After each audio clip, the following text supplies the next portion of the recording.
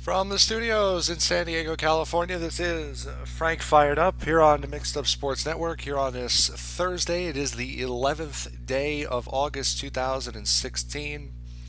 A lot to cover tonight, including the second to last game of Alex Rodriguez's career, his last game away from Yankee Stadium. You have Carmelo Anthony making a statement a couple hours ago that really gives you insight on how the Knicks are going to perform this year. And the start of the NFL preseason with the New York Jets playing this evening.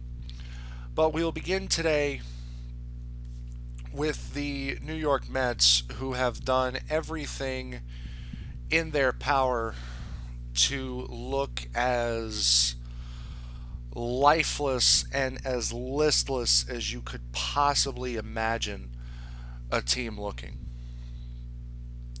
It has gotten, and as a fan, it has gotten embarrassing, to say the absolute least. It has gotten very, very embarrassing. This team just got swept by an Arizona Diamondbacks team that came into this series at 21 games under 500. 21 games under 500. They came into this series 45 and 66, and the Mets made them look like the 2001 Diamondbacks. It was an absolute joke. It was an absolute disgrace. Terry Collins had every right to be upset during the post-game press conference today, which, if you didn't hear that one, that's a good one. Unfortunately, it's coming too little too late, and even with all the injuries this year, it may not save him his job.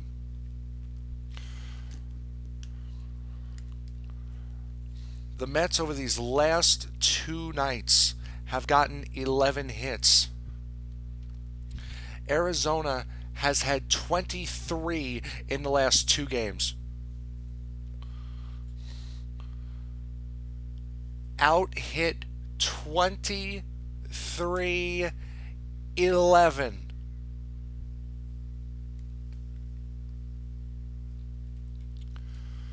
Outscored 12-2. And even behind Noah Syndergaard, the Mets looked listless. They looked absolutely lifeless. Syndergaard gave up 8 hits, 3 runs, struck out 6. You know what? It's not his best start of the year, but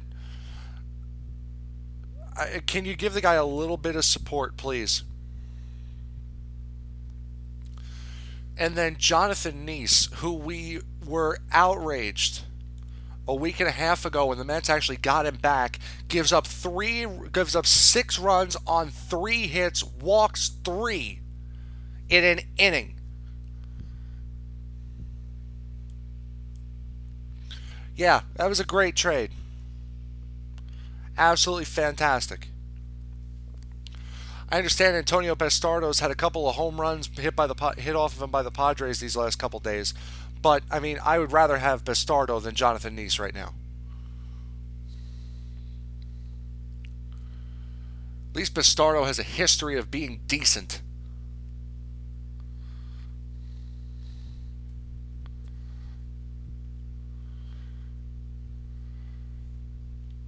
This team is lifeless right now. Loney went 0 Bruce 0 Johnson 0 Conforto. When was the last time Michael freaking Conforto got a hit?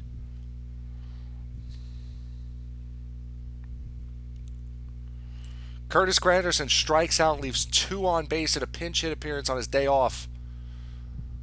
Thanks for all the contribution.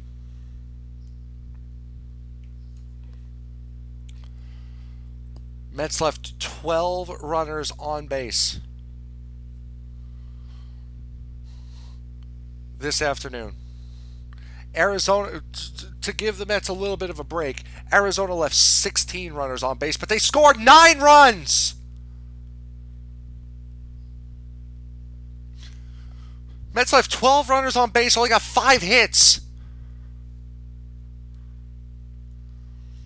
Arizona doubled the Mets in the run column. Doubled the Mets' hits in the run column.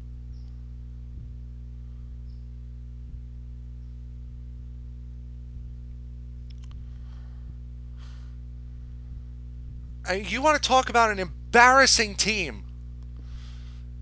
It's the first time since April the Mets have been 500. There's 57 and 57.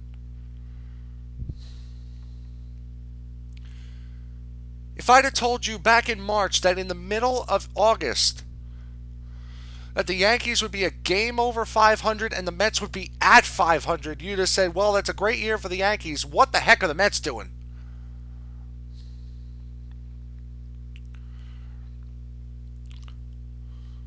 Which, you know what? Over these last 10 years, discounting last year, over the last 10 or so years, that's been the theme. That's been the theme of the team. What are they doing?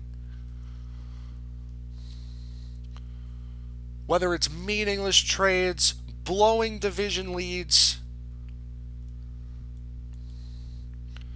knocked out of the playoffs on the last day when they held the division lead all season. Let's wait till next year.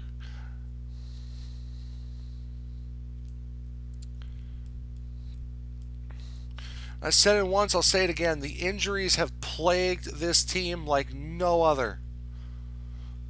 But as I said yesterday, there comes a time where you have to try to get over it and let your supporting cast try to take over. The Mets can't get their supporting cast to take over because they don't have a supporting cast.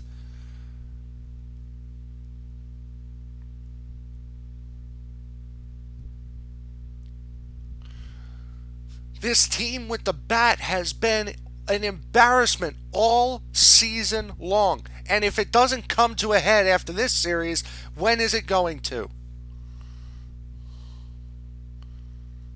Tomorrow night when you play the Padres?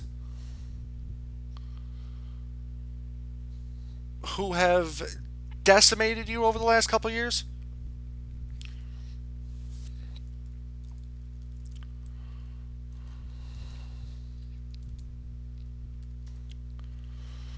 I don't get it.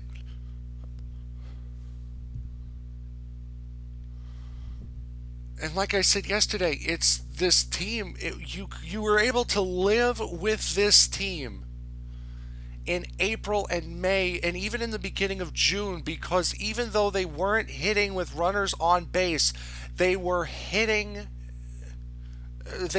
home runs. 3, 4, 5 a game.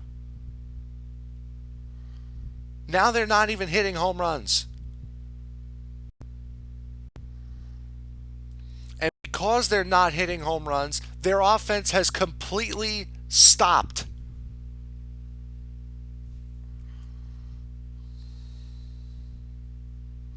Completely stopped.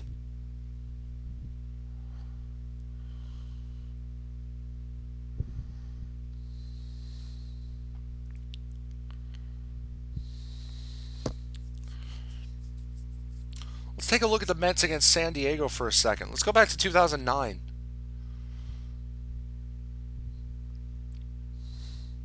Two and 5 against the team overall. They lost 3 games at home. 3-1 and 1-3 at home. 1-2 at home in 2010. 2-1 at home in 2011. 1-2 at home in 2012. 2-2 at home in 13. 1-2 at home in 14. 1-2 at home in 15.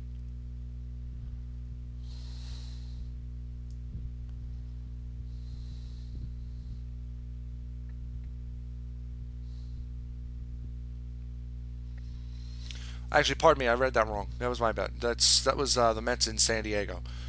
2009, they were 1-2 at home, 2-1, 2-2, 3-1, 2-1, 2-1, 1-2.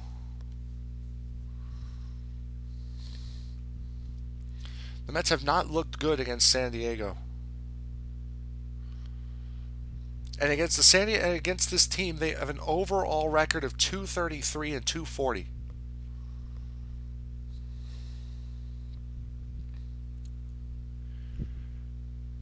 And in these games, they don't look good.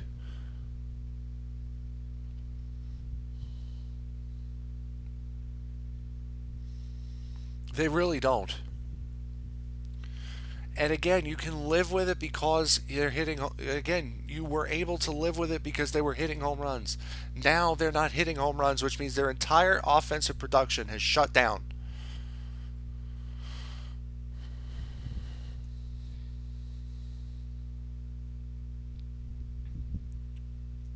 Before last night's game,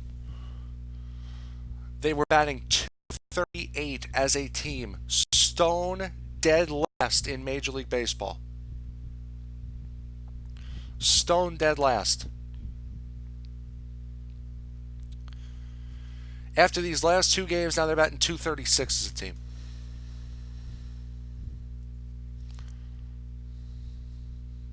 $236.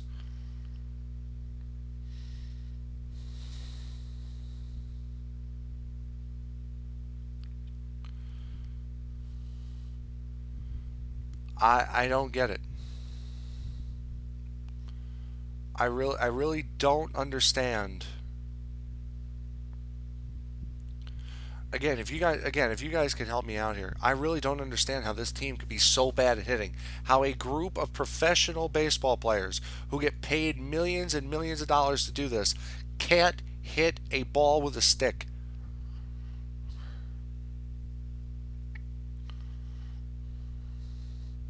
And it's not like Rodriguez recently, who's been hitting the ball hard. He's just been hitting the ball at people. The Mets haven't been hitting the ball hard. Half the hits they got today were little dunkers or little seeing eye singles. It's the worst 57 and 57 team I've seen ever as far as hitting. And you wonder how much longer they're going to have to hold on.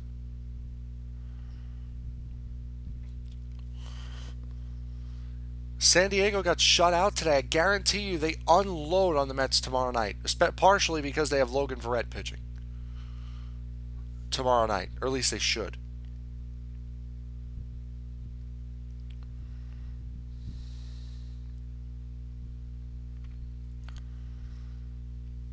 Tomorrow should be the Mets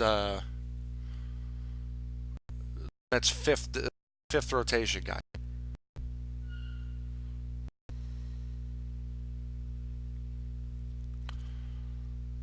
It's unbelievable. It's hard. It's really hard to watch this team. The only reason why I watch this team is to listen for Gary, Keith, and Ron giggling like little schoolgirls. That's the only reason why I watch this team.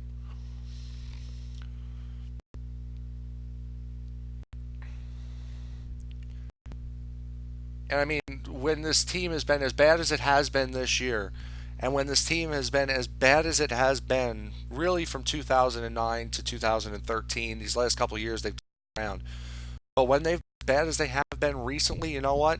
You got to find a way to entertain yourself. And if telling stupid jokes and giggling like little schoolgirls up in the booth is the way to do it, then you know what? I'm in because it makes it interesting for me too. I love watching those two act like. I love watching those three act like fools.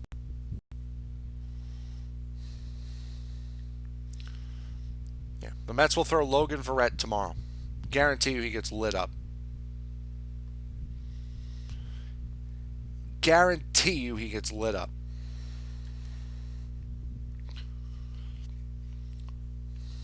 Mets have played 20 innings in the last 24 hours and have scored 2 runs. Nationals, 21 innings over the last 24 hours and have scored 2 runs. The Diamondbacks have played the same amount of innings and scored 13. Or 12, rather.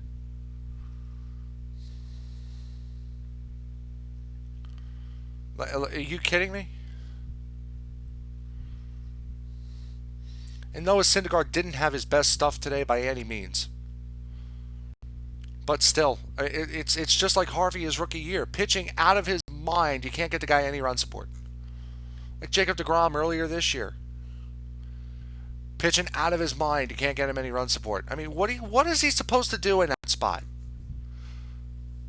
What is a pitcher supposed to do in that spot when he's not getting any run support?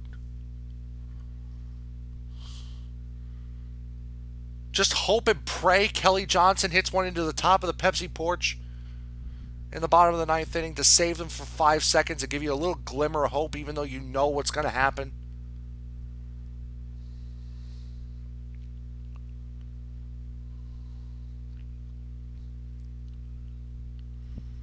This team can't hit. When he hit that home run, when he hit that home run last night, it gave you a glimmer of hope, even though you know this team can't hit and you knew they weren't going to win it in extra innings. You knew it. But still, oh, we hit a home run. The Mets have done this 1,000 times this year. Hit big home runs late in the game. They hold on. They shut it down. They win.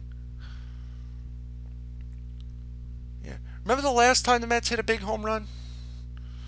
Neil Walker gave the Mets the lead the other night. They blew it. Cespedes hit a big home run in the seventh inning off of Adam Wainwright. What happened? They blew it.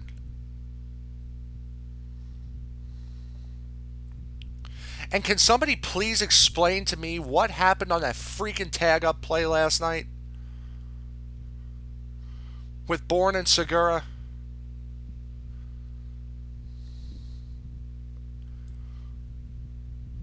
How did you not tag Michael Bourne out? You had him picked off by a mile. How'd you not tag him out?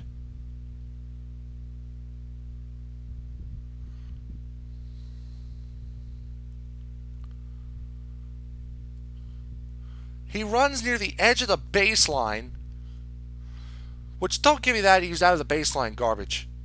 Tag him. Throw the ball, get him in a rundown at least. Don't just run him to second base. If you're going to run him somewhere, run him back.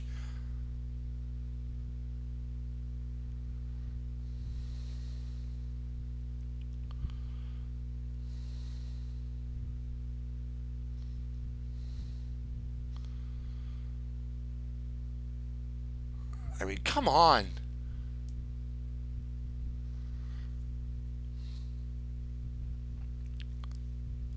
And you know what? Collins, I appreciate the fire. I appreciate the passion during the post game. I appreciate that, but I mean, where was this last month when the team started to show signs that this was going to happen? And it always happens with this freaking team. It always happens. August and September, this team shuts down. And they're doing it again. Back after this.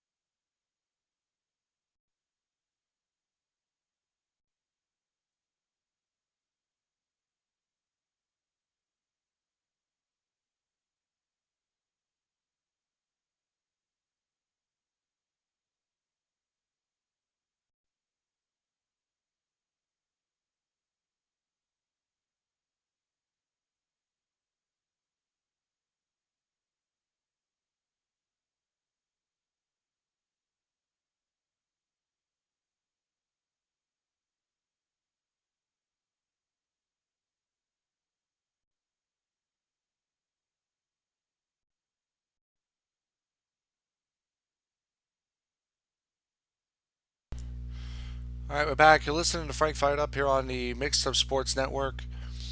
Both, so you had the Mets already in today. You have the Yankees in action a little bit later tonight. Yankees coming away with a 9-4 win last night. Tyler Clippard gets the win. Gary Sanchez hitting his first major league home run. Michael Pineda on the mound tonight for the Yankees, coming into this game with a 6.6 record with a 5.17 and 149 strikeouts. Eduardo Rodriguez will oppose him at a 2-5 record with a 5.93 ERA and 47 strikeouts. So young kid, he's given up a lot of runs this year. Runs have been at a runs have been are being given away today. I mean, when I give you the scores in about 20 or so minutes here, it you guys will see there've been a lot of high scoring affairs here today. Alex Rodriguez is in the Yankee lineup this evening. I'm trying to find said Yankees lineup. I have the Red Sox here. Let me check ESPN New York here really quick. I have heard that Alex Rodriguez will be batting fourth this evening in the DH spot, so I don't have the exact lineup. I know A-Rod is in. I know A-Rod is hitting fourth. So that is what I know at the moment. But for the Red Sox, it'll be Dustin Pedroia, Xander Bogaerts, David Ortiz, who's in the lineup today after leaving yesterday's game with an injury. Hanley Ramirez, Jackie Bradley Jr., Travis Shaw, Brock Holt, Sandy Leon, and Andrew Benintendi. The starting 9 for the Boston Red Sox ahead of Eduardo Rodriguez.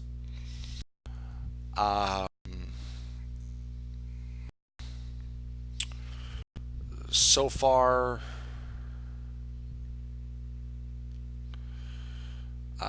we don't have anything. Yeah, so far I don't have anything on the Yankee lineup right now. I will try to get that to you before the end of the show. Apparently, another story coming out of the Yankee game tonight is apparently that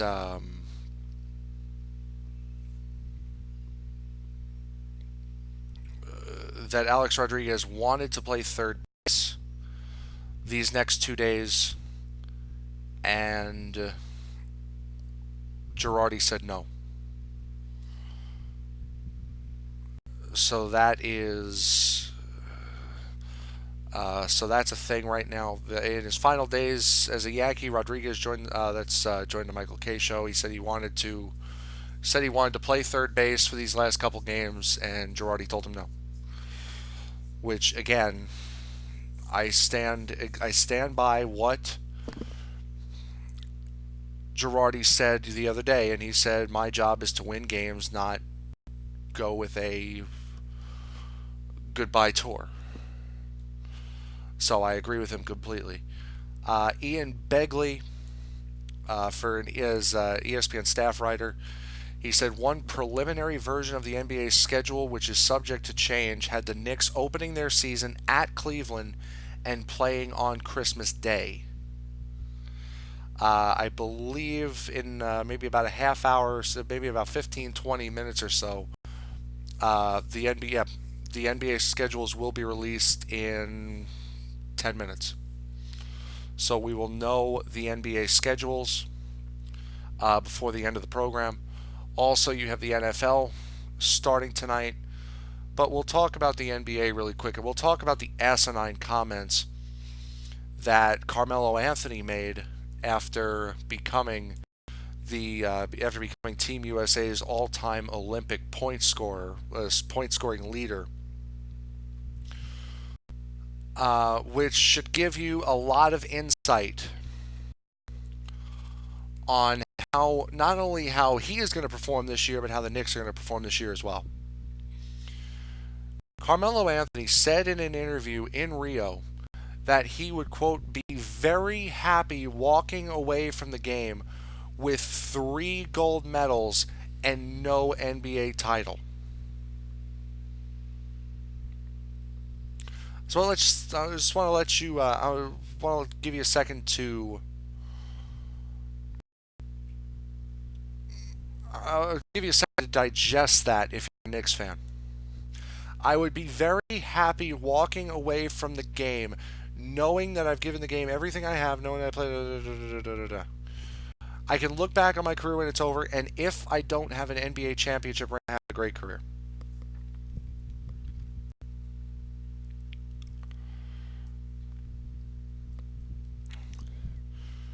Bringing up that most people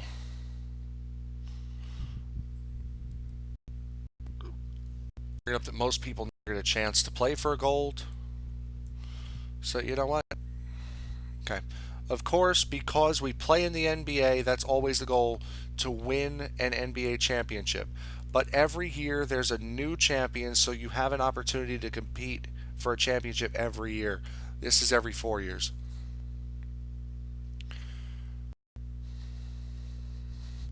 But the fact that he would say that he would be happy walking away from the NBA and walking away from the game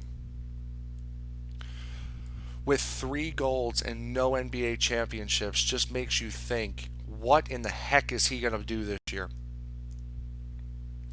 Not saying he's not going to try to win it, but good God.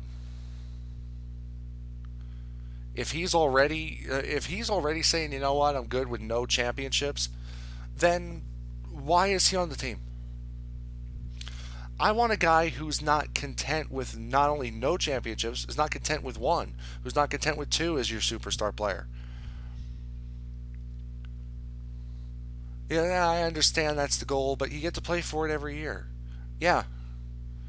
And you're on a team that expects you to win it every year. You're on a team that brought you in for that reason, to win it every year. Yeah, I'm okay if I don't win one. That's fantastic. Knicks fans aren't. Knicks fans want you to win. The fact that the Knicks fan hasn't celebrated an NBA title since the 70s, I guess, doesn't mean anything to you.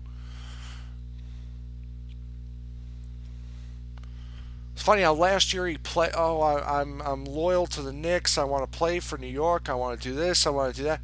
And then the very next summer, he sits there and says, I'm okay without winning an NBA title. Then go away. Trade for somebody who's not okay with not winning an NBA title.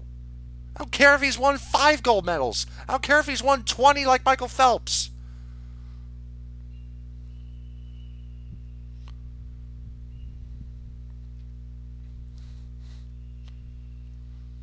I want a guy who wants to win it every year.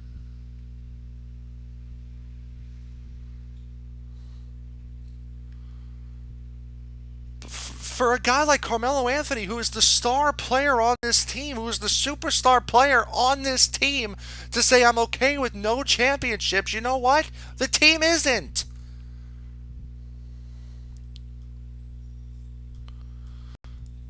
This is why I was screaming to trade him to Chicago when you had the chance for Jimmy Butler.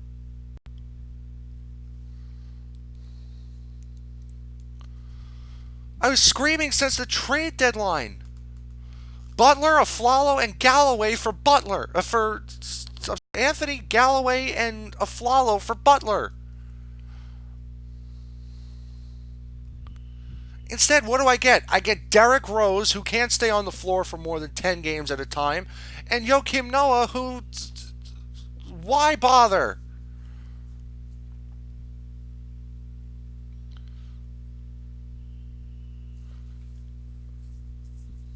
Come on.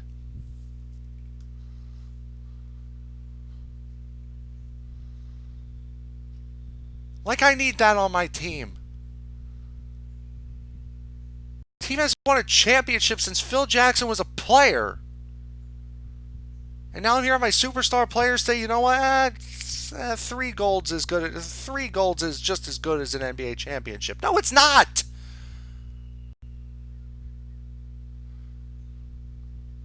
Just play as an Olympian if it's good enough. Don't play in the NBA if I don't win an NBA title.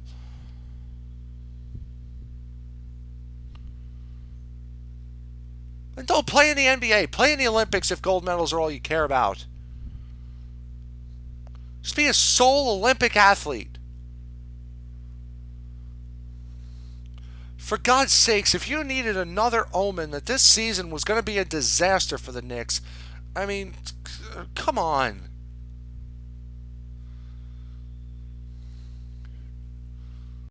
The schedule hasn't been released, and I already feel like the year's over. After I hear comments like that.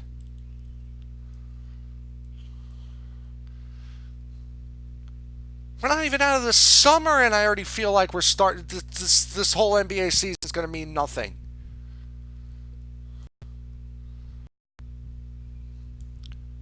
You're listening to Frank Fired Up on the Sports Network. Back after this. Good Lord.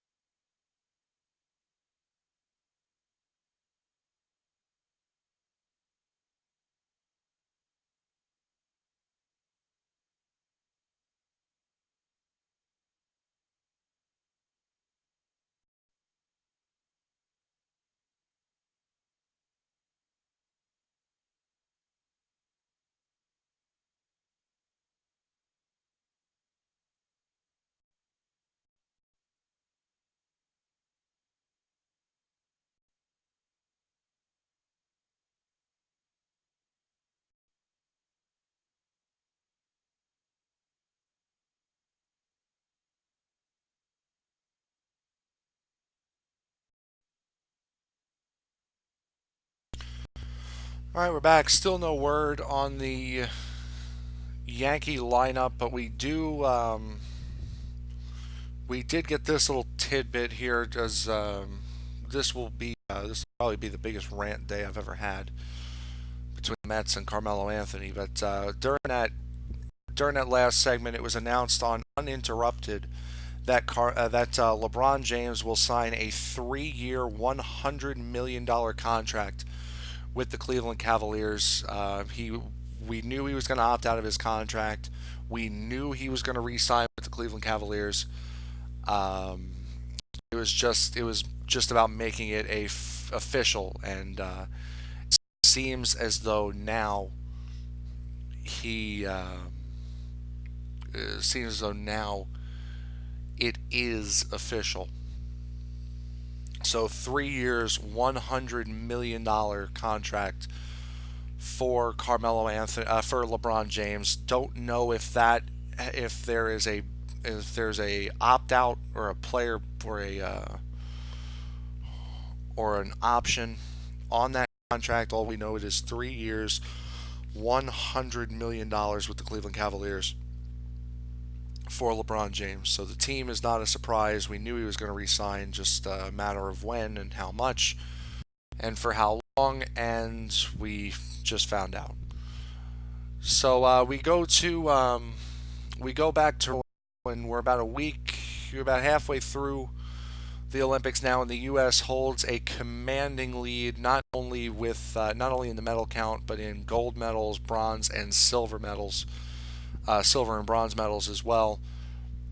The United States with 35 medals thus far in the Olympics. They have 13 gold, 12 silver, and 10.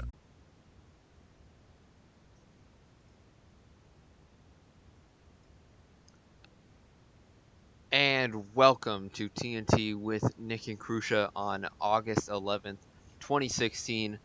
We are back, and this is going to be. I'm joined by Krusha. Krusha, how you doing? I'm doing fantastic. How are you today? I'm doing good. There's one thing that's bringing me down right now, and that is what we're going to open up with, which seems like the never-ending saga of Joey Bosa and the Chargers. And so there were some new developments today that Joey Bosa has said that there are a source close to Joey Bosa said there's been irreparable damage done with the contract negotiations, that he feels disrespected by the Chargers, and that the two sides haven't talked since July 28th, which obviously isn't good. But the Chargers have one option left. August 9th was the deadline to trade any rookies that have not signed yet. And so since that has passed, their only option is to sign him. No, they can't trade him before they sign him. And if they can't sign him past week 10, then he is eligible to go and redraft in 2017.